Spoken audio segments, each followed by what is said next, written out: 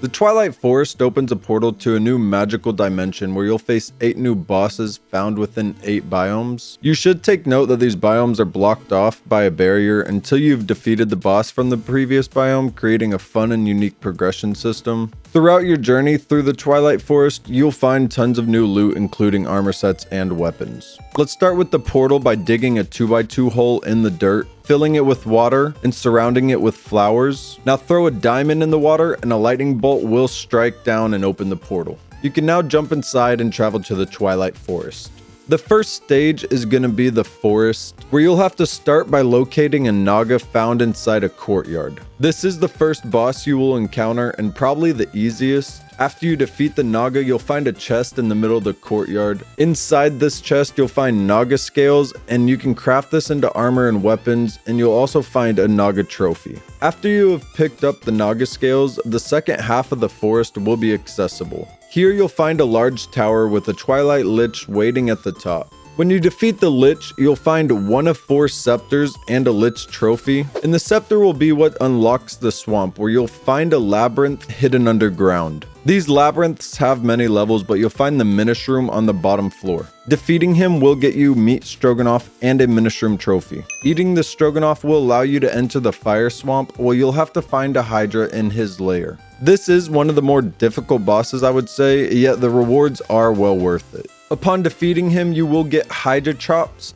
Fury Blood, and a Hydra Trophy. Hydra Chops will refill your entire hunger bar, while Fury Blood can make special tools like an auto-smelting pickaxe or a sword that auto-cooks. The Fury Blood is what unlocks the Dark Forest, where you'll need to find a goblin stronghold. There will be a pedestal on the surface that you will place any of your trophies on to unlock the stronghold.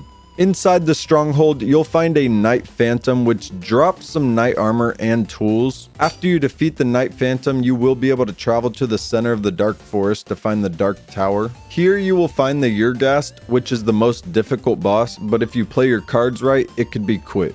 When you defeat the Yurgast, you'll get another trophy, more Fury Blood, and Carmentite. Once you've picked up the Carmentite, you can locate the Frozen Forest, where you'll have to find an Alpha Yeti in his lair. The Yeti will drop a Yeti trophy along with some Yeti fur. This fur allows you to travel into the glacier to find the Aurora Palace, with the Snow Queen waiting for you at the top. This is going to be the final boss to complete the progression in the Twilight Forest, but after you defeat the Snow Queen, you'll get the Snow Queen trophy in either a Tri-Bow or a Seeker Bow. Even though this was the final boss, the last stage is probably one of the best. You first need to get magical beans dropped by cave trolls in the mushroom vaults or breaking thorn leaves. When you have magical beans, locate a cottage cloud floating in the sky and plant them in uberous soil under it. This will grow into a giant beanstalk so you can climb to the top and find the giant version of yourself. You need to find the one holding the pickaxe and defeat him so you can get his giant pickaxe used to open a vault. Underneath uberous soil, you'll find troll caves where you can find these giant obsidian vaults. You can only open these with the giant pickaxe, but inside the vault you will find the Lamp of Cinders. This will allow you to burn through thorns and reach the Thornlands. Here you'll find the final plateau, which is just a massive structure with nothing. But it's about the journey, not the destination, right?